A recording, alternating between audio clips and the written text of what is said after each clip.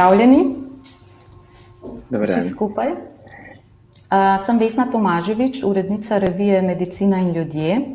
Danes imam nalogo, da s svojimi sogovorniki predstavim bolezen, ki rečemo spinalna mišična atrofija ali krajše SMA, kot boste danes velikokrat slišali to kratico. Z mano so, da jih kar predstavim, izredni profesor dr. Damjan Osredkar, specialist pediater in nevrolog, ki dela na ljubljanski pediatrični kliniki, kjer v bistvu skrbijo za prav tiste najmlajše bolnike SMA. Z nami je potem še docent dr. Blaž Koritnik, ki vodi Inštitut za klinično nevrofiziologijo na Nevrološki kliniki v Ljubljani, kjer pa zdravijo tiste malo večje bolnike, v bistvu odrasle bolnike z spinalno mišično atrofijo. Našemu vabilu sta se odzvala tudi dr. Robert Košak, specialist ortoped hrbtenične kirurgije in strokovni direktor kirurškega sanatorija MD medicine, in pa izredni profesor dr. Matjaž Homan, pediater, gastroenterolog in hepatolog z pediatrične klinike v Ljubljani.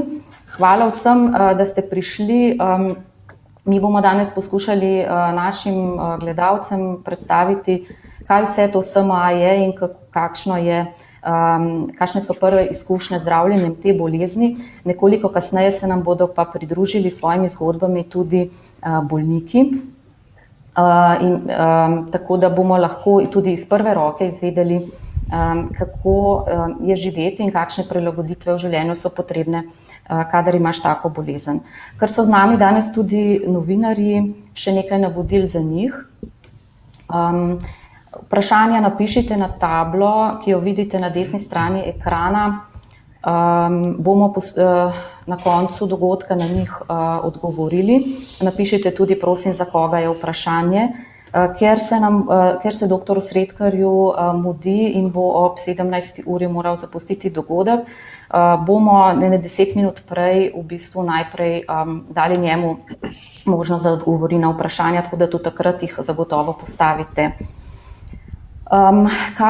Če se nam zgodi, da bomo predolgo govorili in da na nekatera vprašanja ne bomo uspeli odgovoriti, smo se zmenili, da bomo na vprašanje odgovorili pisno in vam jih poslali po mailu odgovore na tiste maile, ki ste jih seveda navedli pri prijavi na tale dogodek.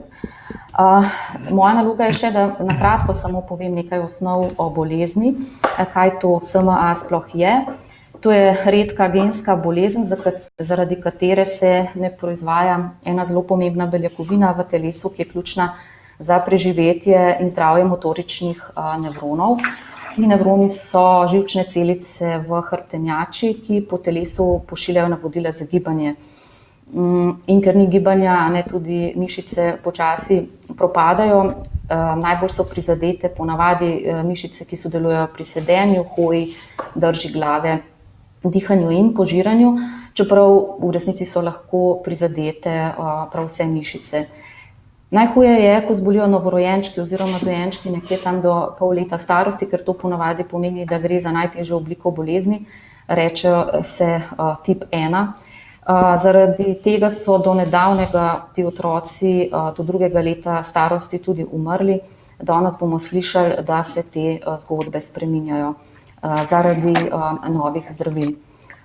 Pri starejših bolnikih je bolezen ponavadi milejša, kar pomeni v resnici, da potka počasneje, lahko pa ima podobne posledice. Spinalno mišično atrofijo se rodi približno en otrok na 10.000 rojstev, vsaka 60. oseba naj bi bila pa genetski prenašalec tega obolenja. Toliko za začetek. Zdaj bomo šli pa k profesoru Osredkarju, ga bomo povabili k besedi, da bi nam za začetek mogoče tiste tipe malo pojasnili, ki sem jih jaz že malo omenila. Koliko tipov imamo in kakšne so bistvene razlike? Ja, v grobem imamo 5 tipov bolezni, to je, če zajamemo čisto vse tipe, pa so še neki podtipi, ampak v grobem je 5 tipov. Tip 0 je v bistvu najbolj huda oblika bolezni, kjer bolezenske znake vidimo že takoj potem, ko je otrok rojen, se pravi že v neonatalnem obdobju. Te otroci so v preteklosti, ko jih nismo uspeli zdraviti, imeli zelo slabo prognozo in so večinoma že do 1. leta starosti umrli. Potem drug tip bolezni oziroma tip 1, kakor mu rečemo, je v bistvu ta, ki je bolj pogost. Tukaj bolezenske znake prepoznamo do 6. meseca starosti. Te se kažejo pretežno z izrazito mišično ohlapnostjo, s tem, da se otroci težko hranijo, ne morejo gibati s telesom. Pri tem tipu bolezni nikoli ti otroci ne morejo ne sedeti, ne hoditi, in tudi pri njih je smrtnost zelo visoka in večinoma umrejo do 2. leta starosti. Potem nekoliko blažja oblika bolezni so tip 2 bolniki, kjer v bistvu bolezenske znake do leta in pol odkrijemo, ravno tako se kaže s tako mišično slabostjo, ki napreduje z leti. Velikokrat to pri vseh tipih vodi do tega, da ti otroci prej ali slej izgubijo sposobnost gibanja, če so jo prej imeli. Recimo pri tipu 1 ti otroci lahko sedijo, ne morejo pa nikoli hoditi in s časoma začenjajo izgubljati to sposobnost sedenja in so potem odvisni od raznih pripomočkov. Potem tip 3 je tak, ki je še blažja oblika bolezni, kjer pa v bistvu se te bolezenski znaki po letu in pol pojavijo. Ti otroci praviloma lahko in sedeti začnejo nekje v razvoju in tudi izhodijo, vendar te sposobnosti potem s časom začnejo izgubljati, tako da so prej ali slej odvisni od invalidskega vozička in ne malokrat so otroci vseh tipov v končnem stadiju bolezni odvisni tudi od dihalne podpore, zato ker oslabijo tudi njihove dihalne mišice. No, potem poznamo pa še tip, ki se pa pojavlja šele v odraslem obdobju, ponavadi tam okoli 30 let, se pravi v 3. dekadi življenja. Ta bolezen bolj počasi napreduje in je seveda pediatri ne vidimo. Hvala lepa. Zdaj bi vas pa takole vprašala, vi ste omenili, da so bile prognoze sploh za te tipe 0 in 1 zelo slabe, ker do nedavnega pravzaprav ni bilo na voljo nekega konkretnega zdravljenja, samo neko podporno, glede na težave, ki so jih bolniki imeli. Zdaj pa v Sloveniji že imamo prvo zdravilo, pa tudi kmalu verjetno še enega in klinične preizkušanja se dogajajo, kar pospešeno napovedujejo se še nova zdravila. Kaj pravzaprav to zdaj spreminja v tej osnovni sliki SMA-ja? Ja, res je, tako kot ste rekli, do nedavnega, do leta 2017 v resnici mi za te bolnike nismo mogli kaj več narediti, kot to, da smo jih zdravili simptomatsko. To pomeni, da ko so imeli težave z gibanjem ali pa recimo, ko niso mogli več dobro sedeti, smo jim pomagali z nekimi opornimi pripomočki, ali pa ko so recimo niso mogli več dihati, smo jim pomagali z raznimi oblikami dihalne podpore. Danes pa s temi novimi zdravili lahko dramatično spremenimo naravni potek bolezni in recimo, če so v preteklosti pacienti, ki so že znali sedeti ali pa celo hoditi, te sposobnosti izgubljali, zdaj v veliki večini primerov lahko bolezen povsem zavremo ali pa saj izrazito zavremo in povzročimo, da v bistvu bolezen napreduje bistveno počasnejše kot v preteklosti. Tako da tudi naše izkušnje s temi prvimi zdravili, s prvim zdravilom, ki jih imamo do sedaj, so zelo obetavne, zelo kaže v tem smislu, da pri večini otrok, ki smo jih zdravili, bolezen ne napreduje, še več. Pri kar lepem številu pacientov se gibalne sposobnosti celo povečajo. Zdaj smo zbrali ravno podatke po 2 letih zdravljenja in smo videli, da ti pacienti v bistvu zmorejo več, kot so pred začetkom zdravljenja, kar je presenetljivo, glede na naraven potek bolezni, tudi zelo spodbudno. Je pa, tako kot ste rekla, mi že imamo eno zdravilo, ki se imenuje, generično ime je nusinersen. To je v bistvu zdravilo, ki spreminja, kako se mRNA molekule izražajo v telesu in to zdravilo uspešno že uporabljamo. Na voljo bo pa zelo kmalu v Sloveniji tudi genska nadomestna terapija z onasemnogen AB1vek, kakor se tehnično imenuje to zdravilo, in je to zelo sodoben pristop k zdravljenju te bolezni. Se tudi nusinersen je, ima zelo sodobno in razvito tehnologijo, kako vpliva na to bolezen, ampak deluje tam majčkeno drugače. Potem pa se obeta še celo tretje zdravilo, ki pa se imenuje Risdiplam, ki se pa bo dalo jemati peros, se pravi, da bojo pacienti to zdravilo pojedali, ki ima pa spet tretji način delovanja, ampak vsem tem trem terapijam je skupno to, da ta beljakovina, ki je pri teh pacientih manjka, se začne izločati v večjih koncentracijah in v bistvu s tem zavre bolezen, ki pri teh pacientih. Dobro, hvala lepa za ta pojasnila. Kasneje bomo videli tudi kakšnega od teh pacientov, ki se nam bodo pravzaprav pridružili in nam tudi kaj povedali, iz prve roke, kakšne so njihove izkušnje. Doktor Koritnik, vi zdravite tiste malo večje bolnike, odrasle bolnike SMA. Kako se pa pri njih kaže ta bolezen za razliko od teh slik, ki nam jih je zdaj doktor Sredka narisal? Ja, dober dan. Gre seveda za eno in isto bolezen. Pri odraslih na splošno bolezen poteka nekoliko bolj počasi. Večina odraslih, kot smo slišali, tako zboli že v zgodnji otroški dobi in pogosto se potem te okvare, ki nastanejo zaradi bolezni, tudi v odraslem obdobju še postopno slabšajo. Mogoče je tista bistvena razlika glede na otroke ravno to, da zaradi tega počasnega poteka bolezni, ki se mogoče lahko kaže za slabšanjem v 10 letih ali pa v 5 letih ali več, so ljudje nekako bolj navajeni na to bolezen in zato v preteklosti pravzaprav tudi niso zelo pogosto iskali pomoči nevrologa, ker so nekako bolezen celo bolje poznali, kot jo pozna marsikateri strokovnjak. Tako da je mogoče to tista bistvena razlika, ki jo zdaj vsi doživljamo, da se zatem, ko se je pojavilo novo zdravljenje, pa ko se pojavljajo nova zdravljenja, tudi več srečujemo s tistimi odraslimi za boleznijo SMA, ker seveda znamo končno strokovnjaki ponuditi nekaj več, kar je bilo na voljo v preteklih desetletjih ali pa celo stoletjih.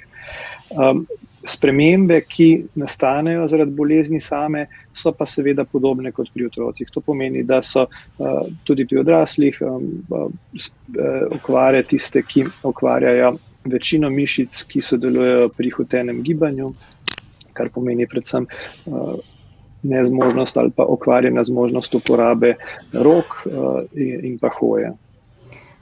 Hvala za ta pojasnila. Povejte nam, zdaj, ta zdravila so v bistvu preizkušali predvsem, oziroma čeprav vem, izključno na otrokih, pa jih pa zdravite pa s tem prvim zdravilom tudi odrasle. Kakšne so glede na dosedanje dokaze in rezultate iz teh posameznih študij, pravzaprav pričakovanja, kaj bi to zdravljenje sploh naj prineslo odraslim bolnikom? Ja, res je, večino podatkov, ki so bili na voljo, ko so zdravilo registrirali v Evropi, so bili podatki iz študij narejenih pri otrocih. Verjetno je glavni razlog to, da se pri odraslih bolezen sama od sebe slabša bistveno počasneje in da bi bilo zato bistveno težje dokazati v nekem smiselnem časovnem obdobju učinek zdravljenja samega. Zato so seveda smiselno tudi regulacijske agencije to upoštevale in odobritev je praktično sicer z nekoliko zamika v vseh državah za vse vrste bolezni in za vse starosti bolnikov.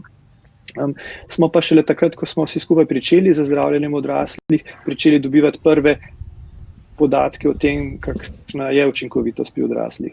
In kakšne so vaše izkušnje? Ja, lahko rečem, da začetek je bil na začetku smo bili vsi zmerni optimisti, tako na strani tistih, ki zdravljenje prejemajo, kot na strani nas zdravnikov. Se pravi, da si nismo upali delati prevelikih načrtov o tem, kako se bo stanje pri odraslih izboljšalo.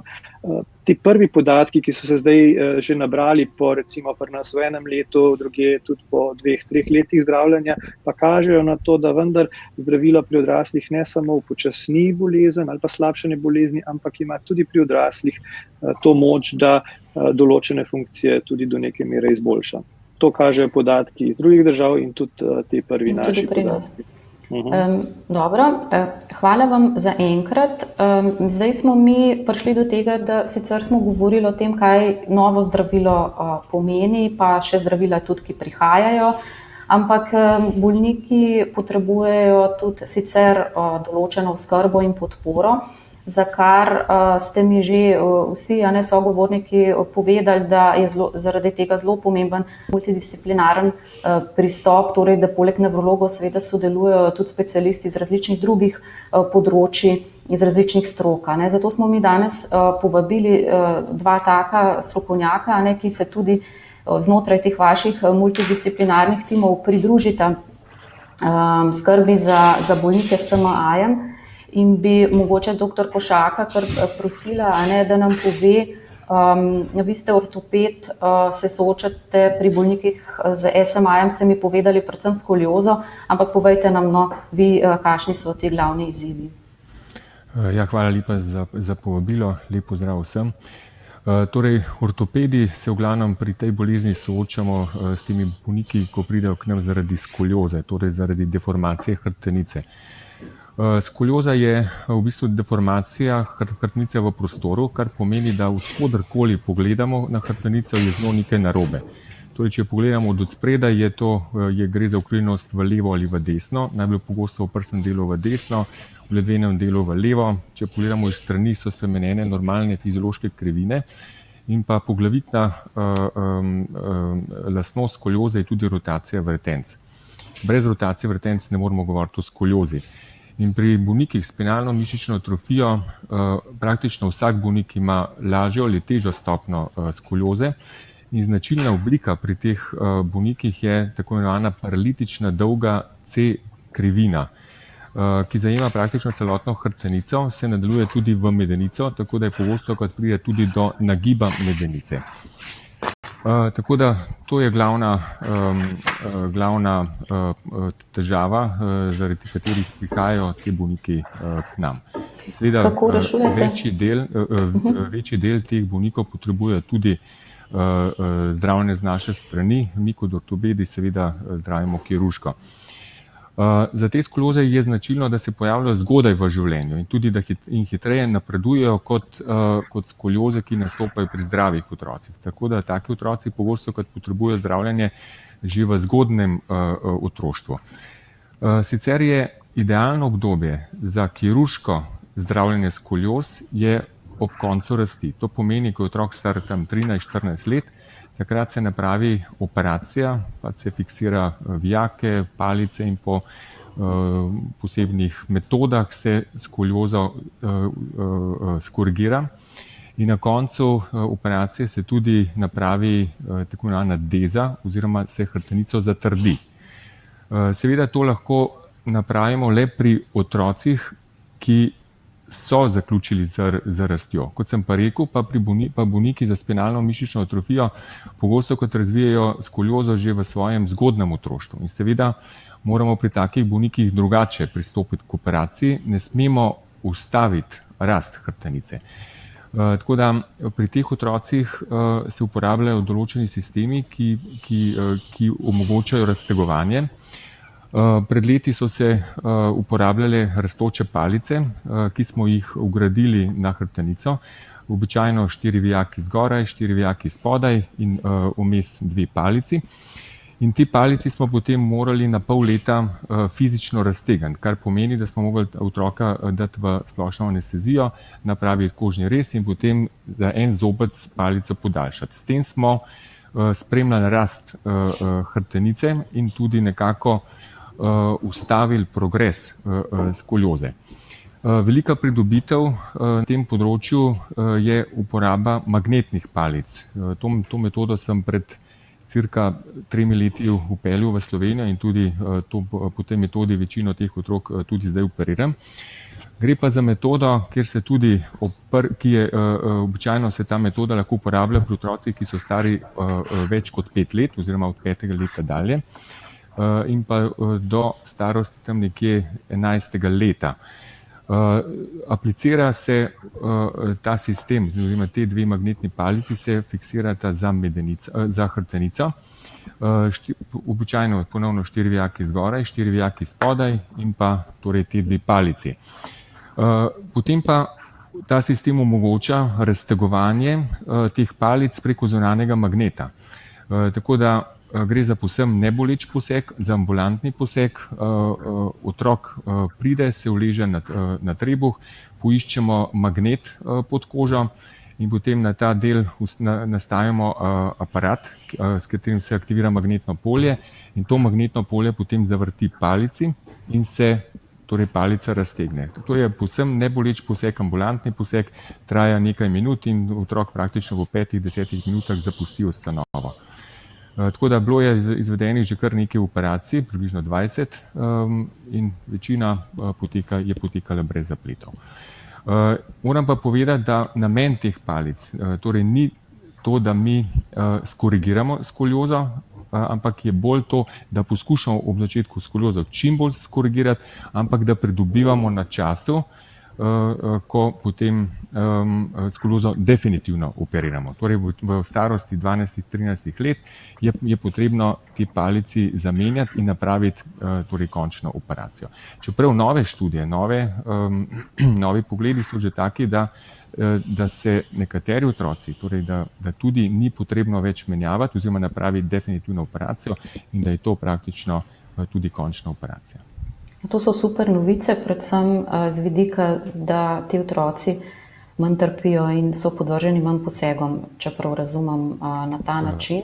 Definitivno, torej predstavljajte si 5-letnega otroka in pa njegove starše, ki morajo na pol leta dati svojega otroka v splošno anestezijo, kožni rez, raztegovanje, bolečina in to vse do starosti 13. leta, ko se napravi končna operacija. Torej, tle gre za veliko pridobitev, ko se pa samo v prvi operaciji res ustavi te magnetne palice in potem se povsem neboleče razteguje do konca rasti. Dobro, hvala lepa za ta pojasnila. Zdaj bomo pa preverili še, kako je na gastroenterološkem področju. Dr. Human, katere težave povezane s prebavili in prehranjevanjem imajo vaši pacienti s SMA-jem najpogosteje? Lep pozdrav tudi z moje strani in hvala za vabilo. Kot ste že lepo v uvodu povedala, so v bistvu v okviru te bolezni lahko prizadete katerikoli skupine mišic v telesu. In seveda mišice sodelujejo tudi pri pravilnem delovanju prebavil, bodisi direktno ali pa indirektno. Zdaj pri bolnikih SMA število in predvsem intenziteta teh težav s strani prebavil zelo zavisi od stopnje, kot jih je naštel že zelo lepo dr. Osredkar. In seveda pri teh težjih oblikah bolezni, to je tip 1, je teh problemov več in bolj so izraženi. In sicer pride do refluksne bolezni požiralnika, težave imajo z odvajanjem blata, so zaprti, slabo napredujejo na telesni masi. Pri tej prvi obliki celo imajo lahko težave s koordinacijo požiranja in dihanja, kar s časom lahko privede do tega, da hrana ne gre v želodec ob požiranju ampak celo v dihala in je treba pomagati. Zdaj pri teh blažjih oblikah pa so te gastrointestinalni simptomi manj izraženi. Je pa zanimivo, da če je pri večini pacientov problem prenizka telesna masa, je pa pri tej najblažji obliki lahko sploh na začetku problem celo previsoka telesna masa, to se pravi debelost. Povejte mi, a je to lahko problem, kako se ukrepa tudi v takih primerih? Ja, seveda, tudi če je otrok sicer z blago obliko boleznijo predebel, premočen, ni dobro za kogarkoli, tudi seveda vključno za zdrave otroke. Še posebej pa to problem pri otrocih s spinalno mišično atrofijo, kjer gre za eno poškodbo mišic, kjer gre za motnjo in ovirano gibanje, in zdaj seveda, če je otrok premočen, predebel, je tega gibanja hotenega, ga je še manj mogoč.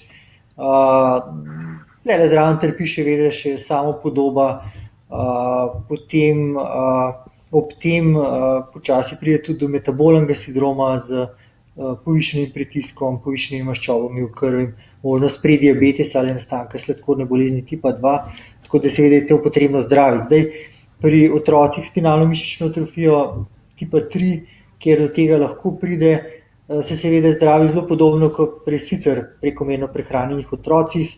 To pomeni ta konzervativen pristop, ki je nekako dvotiren, in sicer se najprej omeji vnos kalorij nekje do 30–50%. Vemo namreč seveda, da otroci, če zaradi svoje osnovne bolezni se ne morejo toliko biti fizično aktivni, da zaradi tega tudi potrebujejo manj kalorij, in je v bistvu logično, da je zaradi tega dnevni vnos lahko nižji. Priporočamo jedi z nizkim glikemičnim indeksom, veliko balastnih snovi, sadja, zelenjave, kar je dobro tudi stališča tega, da imajo težave z zaprtjem.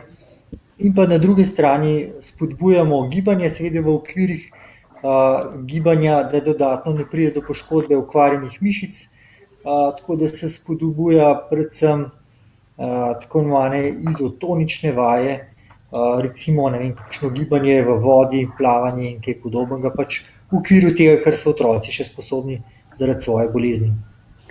No, ampak čeprav razumem, je v glavnem pomembno, da se te težave odkrijo dovolj zgodaj in da se jih naslovi, da ne ostanejo, tako da se reče, zanemarjene. In tudi tukaj, tudi z vami mora sodelovati kar še nekaj specialistov z različnih področji, da se to lahko recimo uredijo, kakšne take težave. Sigurno, ne. Pač jasno je, glede na izkušnje, glede na objave v tuji literaturi, česa se lahko bojimo in kaj lahko pričakujemo s časoma, zato smo zelo pozorni že na te, bom rekel, subtilne gastrointestinalne simptome in imamo poseben vprašalnik, ki je natančen, na katerega starši skupaj z otrokom in z zdravniki odgovorimo, da potem razkrijemo že te, bom rekel, začetne simptome o bolezni, o kateri smo se zdaj pogovarjali, z namenom, da preprečimo zaplete. Moramo se zavedati, da če spregledamo aspiracije zaradi motnje koordinacije požiranja in dihanja, da to lahko povzroči eno obsežno konkretno pljučnico, ki je lahko celo za otroka življenje ogrožajoča, da če ne prepoznamo simptomov in znakov gastroezofagealne refluksne bolezni, lahko to s časoma brez zdravljenja vodi v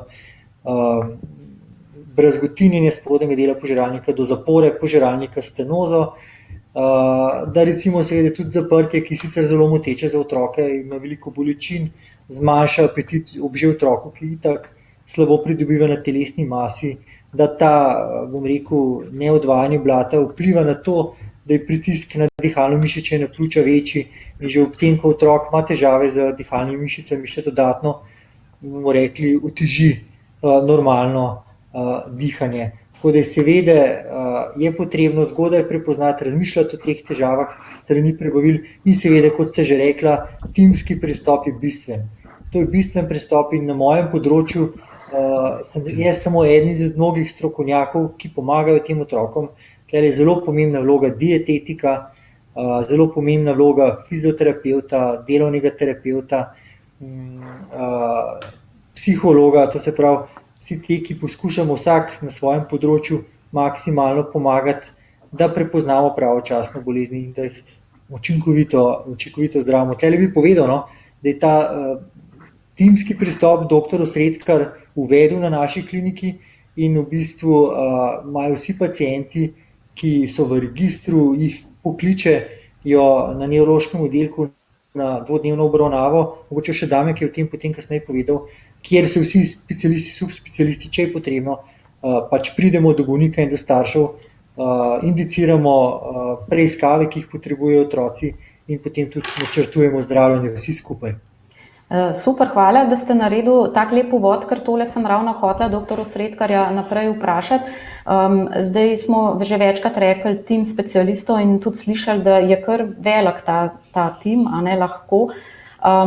Dajte nam malo povedati, kako ste to pri vas uredili, kako ste poskrbeli, da pravzaprav ne bi kakšna pomembna obravnava tudi izpadla. Ne? Ja, ko so ta nova zdravila se kazali, da bodo prišla v Slovenijo, smo mi ugotovili, ne, da prvič nimamo zelo dobrega pregleda nad tem, koliko pacientov imamo, kakšni so ti naši pacienti in po tipih bolezni in po sposobnostih, in da je ta skrb nekako razpršena med različne zdravnike, različne ustanove in pogosto neoptimalna za kakšne od pacientov. Tako da v prvi vrsti smo mi poskušali to v naši lastni hiši, se pravi na pediatrični kliniki urediti, ne?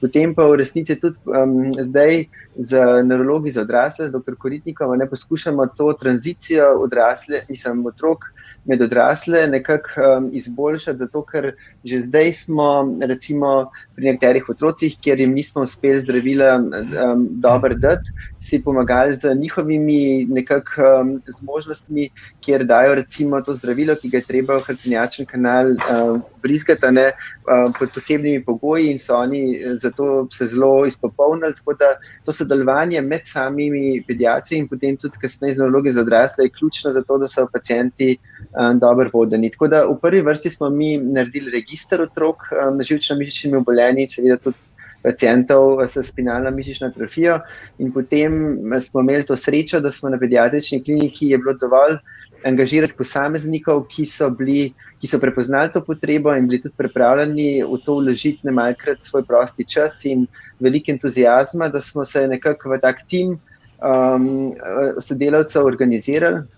In tako kot je rekel dr. Homan, zdaj to v dvodnevni obravnavi, namesto da pacienti begajo po celi Sloveniji in iščejo sami nekako te specialiste, imamo mi zdaj klinično koordinatorko, ki v bistvu za vse te paciente organizira dvodnevno hospitalizacijo, povabi, naredi seznam vseh pacientov, ki na določen dan pridejo, povabi vse specialiste, se dogovori za vse preiskave od spirometrije, se pravi ocene dihalnih funkcij, do gastroenterološkega pogleda, pulmološkega pregleda, ultrazvoka srca, če to se pacienti rabijo. Skratka, vse to organizira in v teh dneh pacienti dobijo natančno oceno stanja, in kjer v bistvu specialisti potem podamo mnenje glede tega, kako bi mogoče še izboljšali oskrbo teh pacientov in tudi nekako zastavimo plan za naprej. Tako da tukaj se je takoj pokazalo veliko prednosti, ne tako za paciente, ker je to za njih časovno bolj ugoden, finančno bolj ugoden,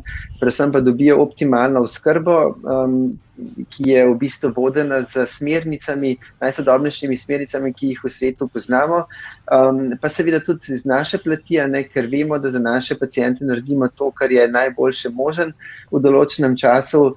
In še ena prednost je pri takem načinu vodenja pacientov, in sicer, da takoj, ko se pojavi neko novo zdravljenje ali pa neka nova oblika terapevtska, kjer bi lahko pacientom nekako z neko kombinacijo različnih zdravljenj pomagali, da v bistvu takoj prepoznamo, koliko imamo določenih pacientov in se lahko takoj obrnemo in jim v bistvu ponudimo, da bi jih zdravili na kakšen drugačen način. In istočasno tudi v bistvu iz Evrope prihajajo pobude za to, da bi recimo določeni pacienti s posebnimi lastnostmi bolezni lahko vstopali v klinične raziskave, še preden recimo določeno zdravilo pride v klinično rabo, in jim s tem omogočimo, da recimo ti pacienti lahko vstopijo v tako raziskavo in dobijo neko terapijo, ki je novejša, še preden je pravzaprav na voljo v teh uradnih medicinskih poteh.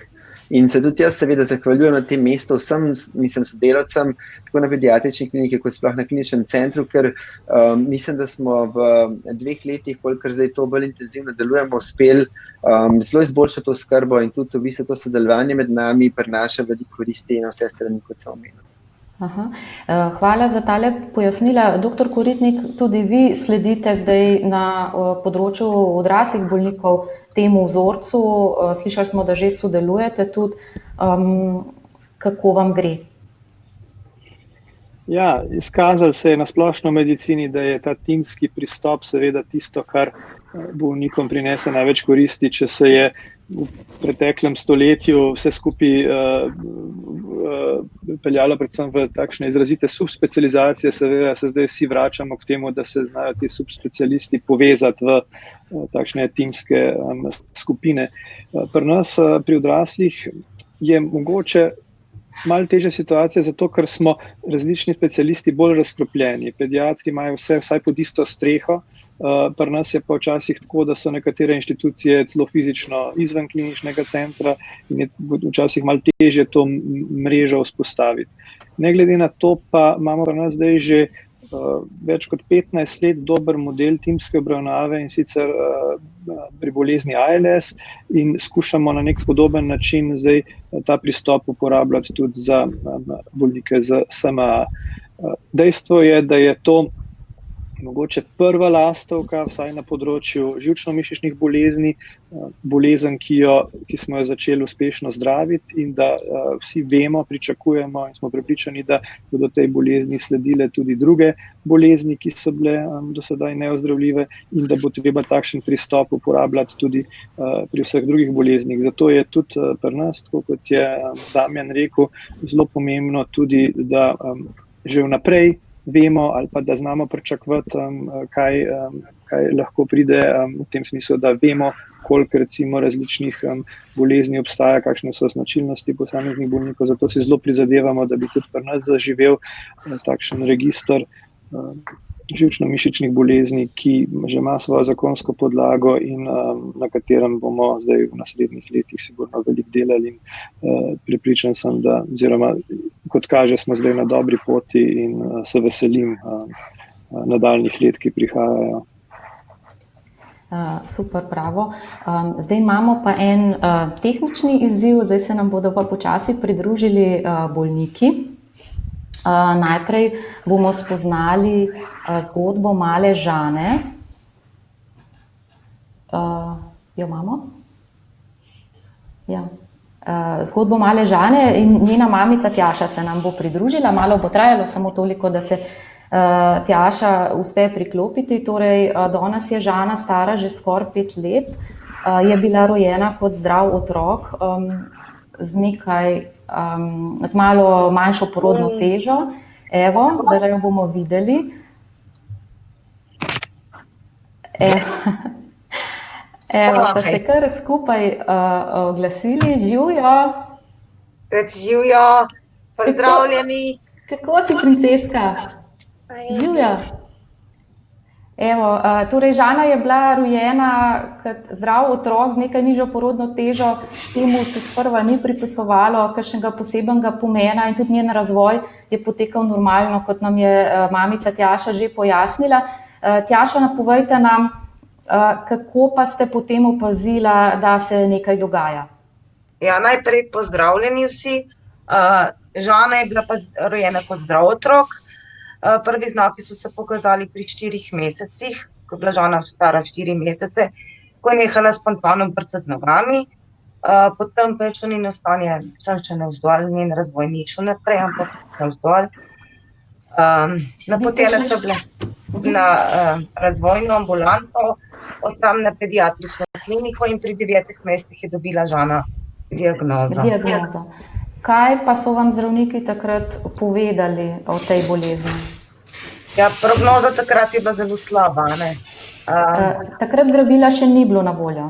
Ne, takrat zdravila še ni bilo. Je bilo nekako v kliničnih preizkušnjah, ampak za Žano bi bilo prepozno, ne, ker je bilo napovedano, da bo prišlo od 3 do 5 let. Tam je bilo prepozno, za Žano bi bilo prepozno. Žana, si ti utrujena? Dobro, ampak Žana je takrat že lahko sedela, ste rekli. Sprva je še nekaj zmogla, ne? Ja, Žana je do 8 mesecev še lepo sedela, potem je začela grstu.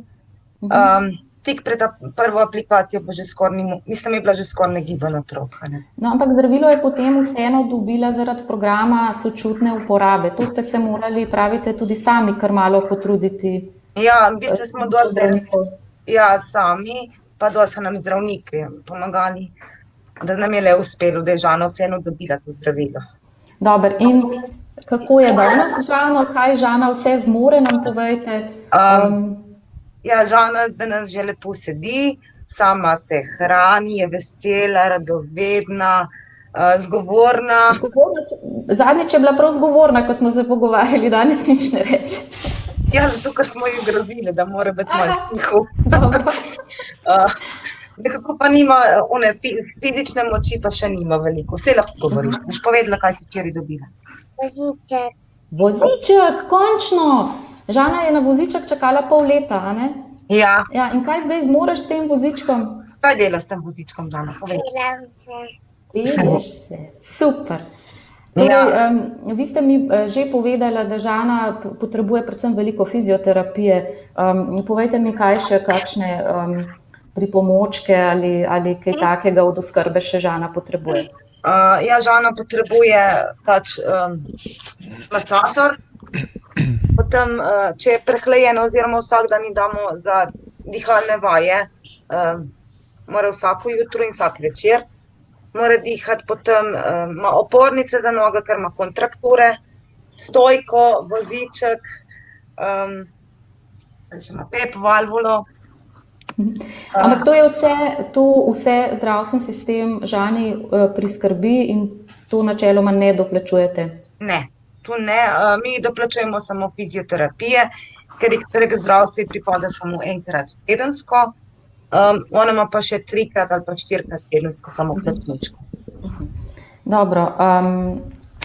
Jaz vas moram tako vprašati, se je mogoče malo nehvaležno, ampak kako si vi predstavljate prihodnost? Zdaj to zdravljenje očitno Žani pomaga in odpira nove možnosti za njen razvoj, ampak kljub temu verjetno pričakujete pa tudi določene omejitve.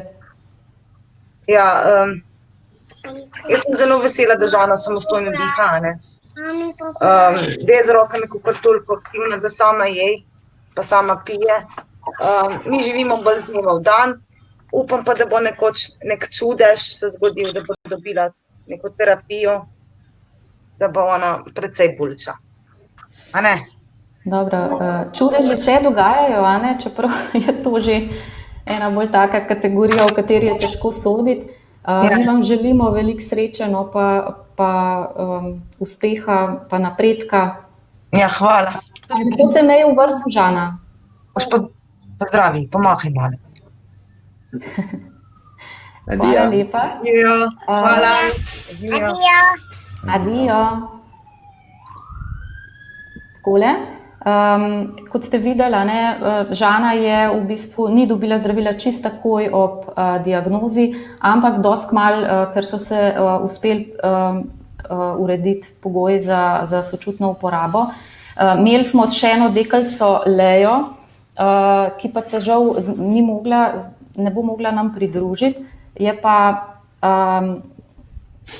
smo pa dobili dovoljenje, da pokažemo njeno sliko, ker je res navdihujoča in jo bom zdaj poskusila takole, evo, tole je mala Leja.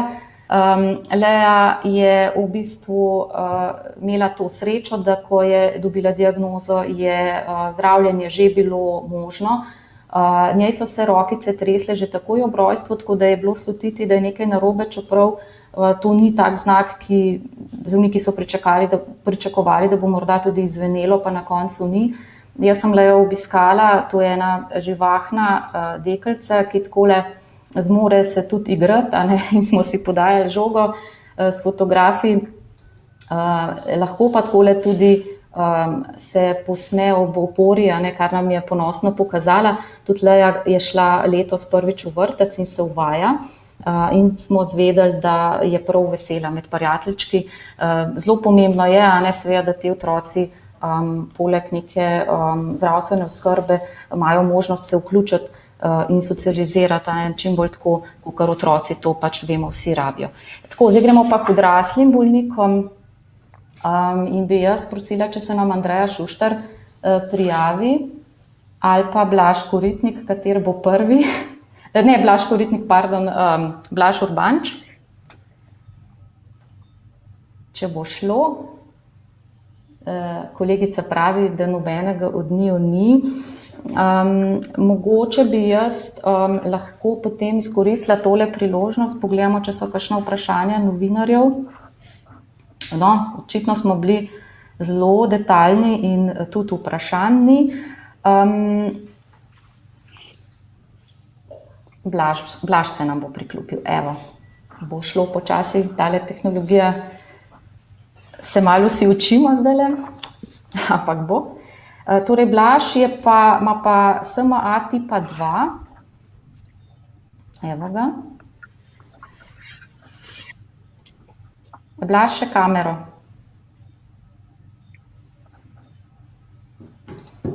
Lep pozdrav. Živja, Blaž. Evo, ekipa tvojih zdravnikov je z nami, vse jih že poznaš. Povej nam prosim svojo zgodbo, predstavi se, ti si mi povedal, da imaš SMA že od 16. meseca, oziroma da od takrat veš. Drži, velja. Zdaj vas verjetno zanima, kako se je vse skupaj Kako se je začelo? Tako. Ja, tudi jaz nisem osamljen primer, namreč začelo se je seveda po mojem bežnem spominu. Ne moramo vedeti, da pri letu in pol še nisem nekako zavestno razmišljal in se spominjal, ampak kolikor se danes spominjam teh dogodkov, se spomnim torej hudih glavobolov, tako čez dan v bistvu kot tudi čez noč, tako da so bili spanci zelo rahli in seveda tudi so bile prisotne neprespane noči staršev, ne. Seveda potem se je to vse nadaljevalo, da sem bil zmožen hoje le ob opori. Iz tega sledi pravzaprav, da nikoli nisem bil zmožen tako imenovane samostojne hoje, ne? Torej brez da bi se na nekaj ali na koga oprl. In pa ena izmed teh mnogih značilnosti tudi ta, da nikoli se nisem uspel povzpeti iz štirinožnega položaja, ne? Tako da to so bile ene izmed tistih glavnih, če tako rečem, indicov.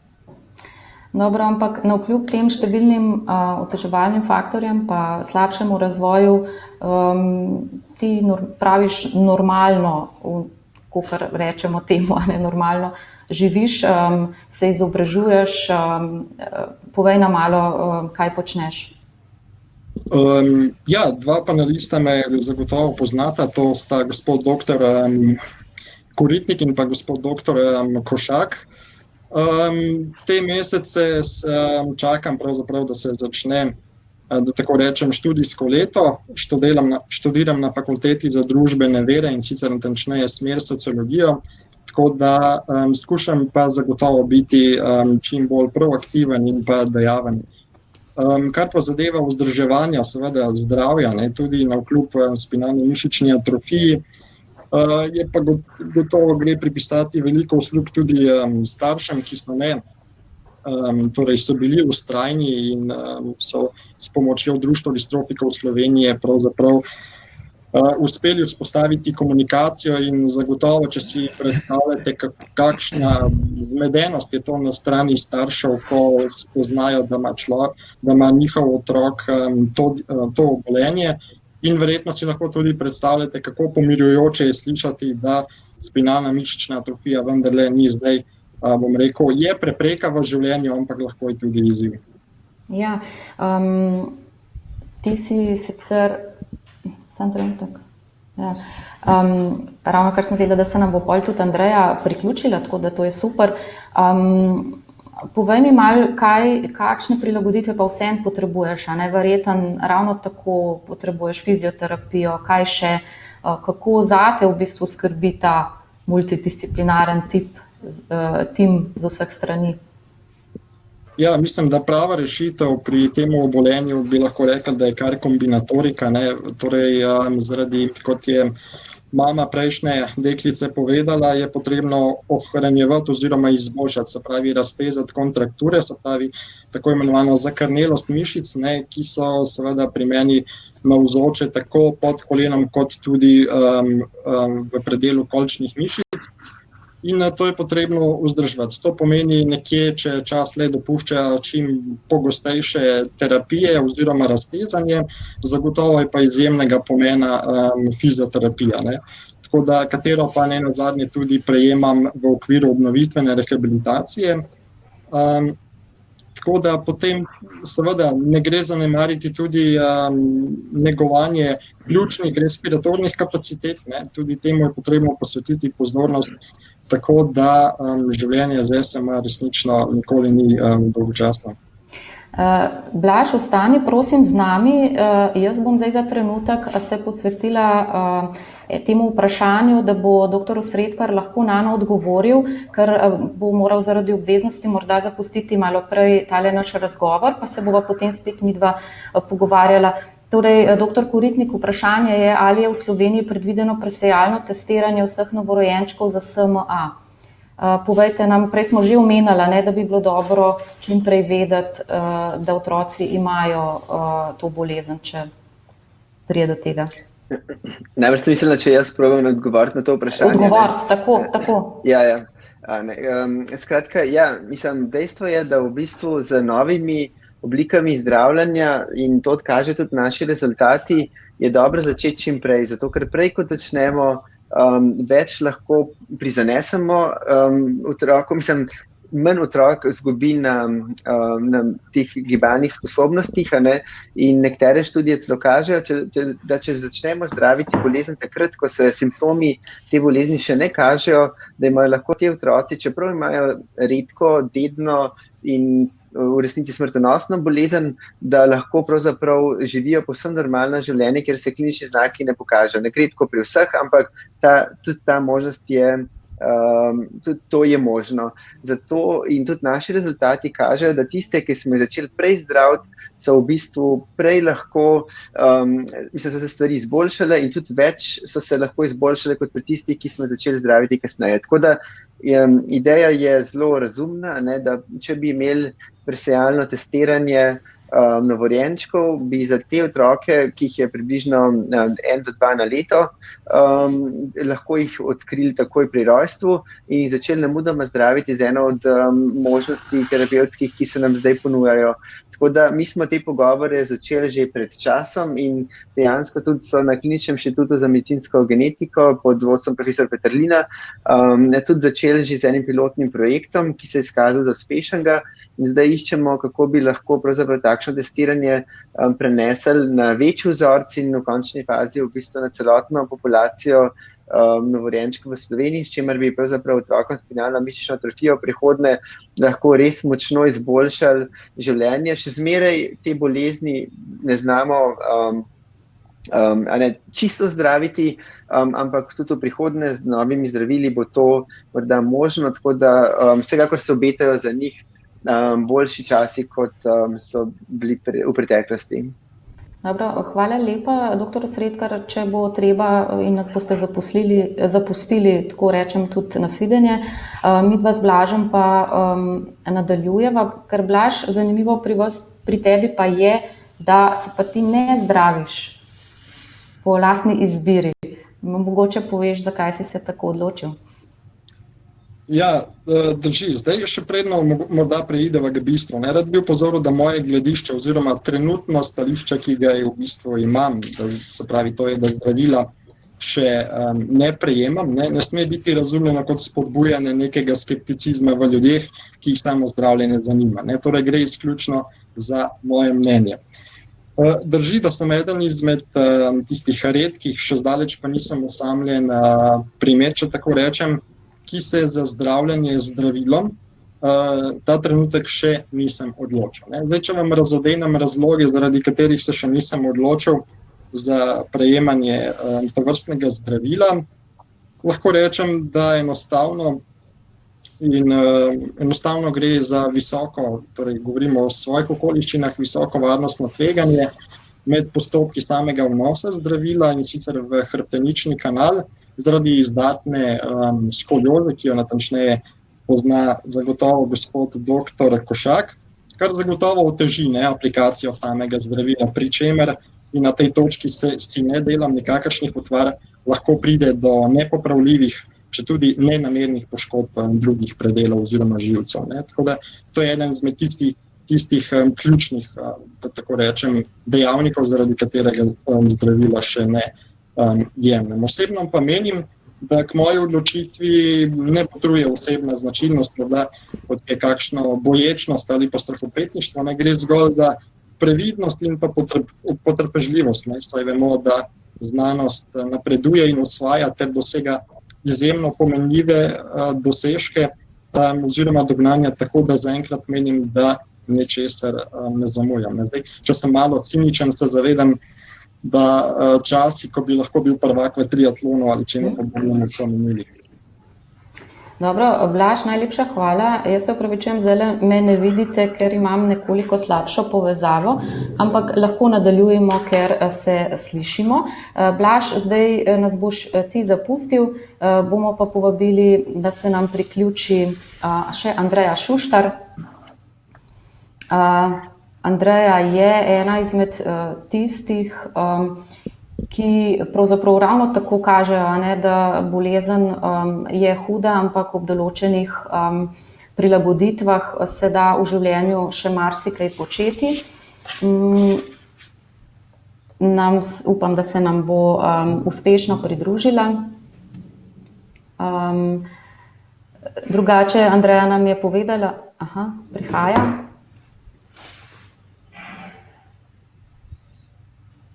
Andreja, še kamero vklopi. Pozdravljena, evo nas. Draga Andreja, malo vas... A se slišiva? Ja, se slišiva. No, potem pa kar...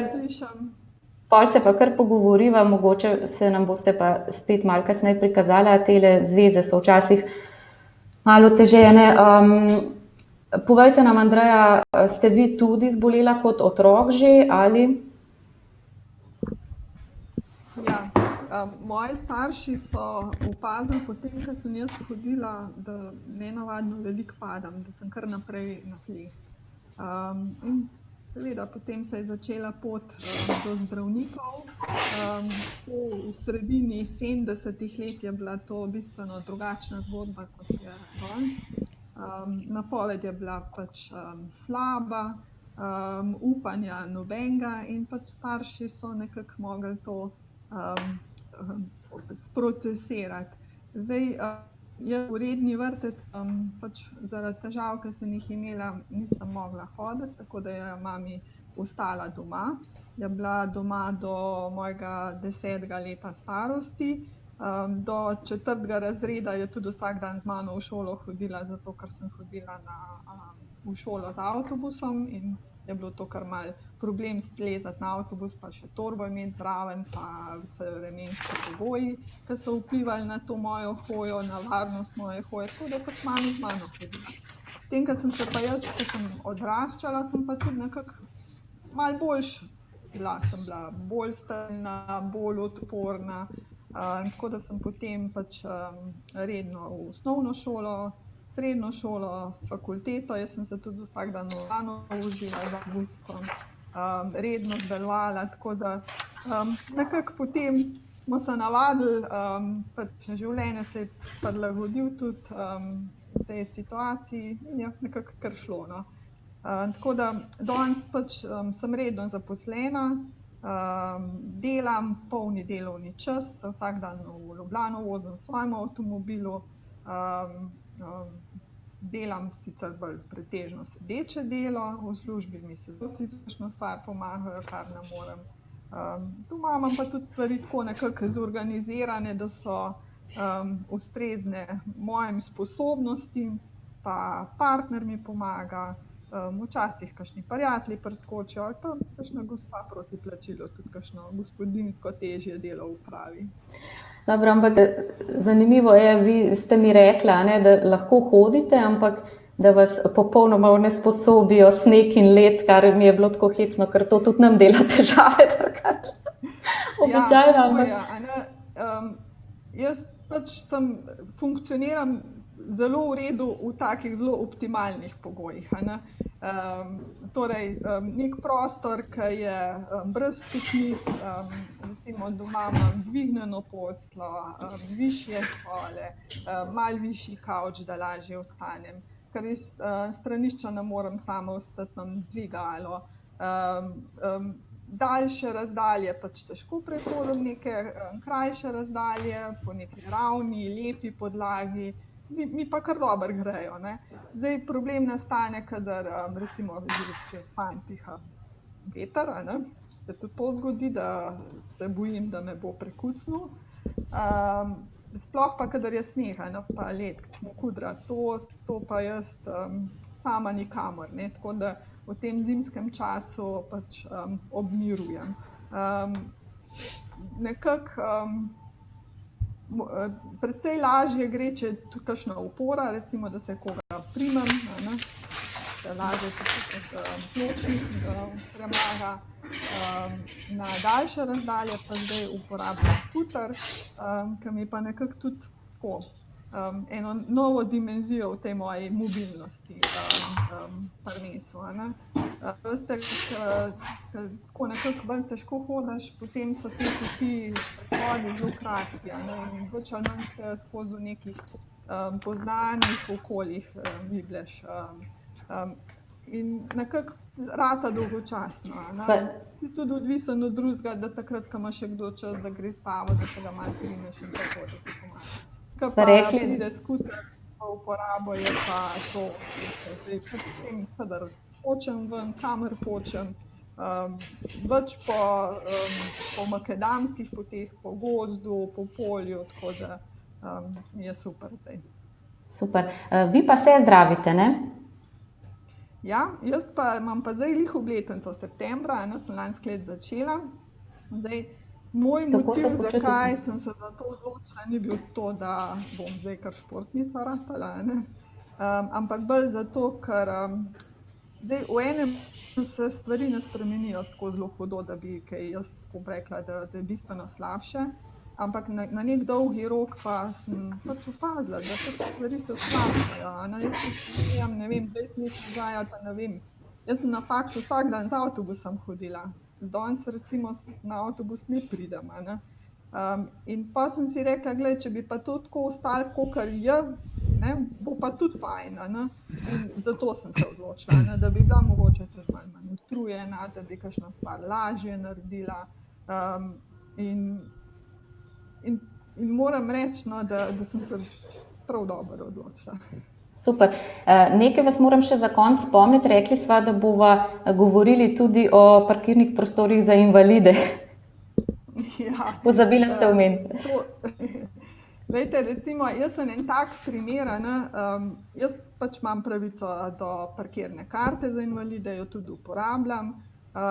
Se pa kdaj kakšen spotakne, pa reče, sej ti pa hodiš, zakaj pa to izkoriščaš, ni čisto tako, Prvič, parkirišča so ponavadi blizu vhoda, kar mi prišpa zelo veliko energije, če pač greš na šoping, da si nekaj časa noter, pa potem še čez cel parkirišče do avtomobila, ki že komaj čakaš, da se dol usedeš, mi veliko pomeni, da je vhoda, da imam to pot prišparano. Druga stvar je pa ta, da jaz pri izstopu iz avtomobila rabim malo več prostora. Zdaj, jaz moram zelo na široko odpreti vrata, ker imam tak način ostajanja, da se precej naprej nagnem. In zdaj, če je to zelo malo prostora, pač jaz niti iz avta ven ne morem izlezti. Če avto spravim lahko v kakšno luknjo, v kakšen majhen parkirišče, pa moram izlezti. Tako da si tudi za to poslužujem parkirišča za invalide, ker imajo zraven prostor, za tiste, ki so pač na vozičku, da ga lahko zraven pripeljejo. Meni pa tudi nekako ta širši prostor zelo prav pride. Super, hvala Andreja. To sva hoteli opozoriti, v bistvu, da tiste oznake za invalide niso kar tako. Počasi bomo zaključili, novih vprašanj nimamo. Slišali smo zdaj iz prve roke pravzaprav. Hvala, Andreja, jaz vas bom zdaj se poslovila od vas. Adijo. Torej, iz prve roke smo slišali, koliko različnih obrazov ima pravzaprav SMA lahko in kako velike razlike lahko naredi v življenju predvsem otrok, ampak tudi odraslih. Zdaj, tudi zaradi uvajanja teh novih sodobnih načinov obravnave kroničnih bolnikov, govorili smo o tem multidisciplinarnem pristopu, ki se kaže kot vedno bolj pomemben. Jaz se vam vsem res lepo zahvaljujem, da ste pomagali v tej naši akciji ozaveščanja o SMA-ju, zdravnikom za vaš vsakodnevni trud, ker se pogosto zdi, da tudi v ne najbolj naklonjenih razmerah vseeno premikate meje in v korist teh svojih bolnikov, kar so danes tudi sami povedali. Vam, dragi bolniki, hvala lepa za vaše zgodbe, pa tudi za vaš pogum in hvala za zaupanje. Srečno vsem gledalcem pa tistim, ki ste nas spremljali do konca. Hvala za pozornost, pa spremljajte naše dogodke še naprej. Lep pozdrav. Svidenje. Svidenje. Ja.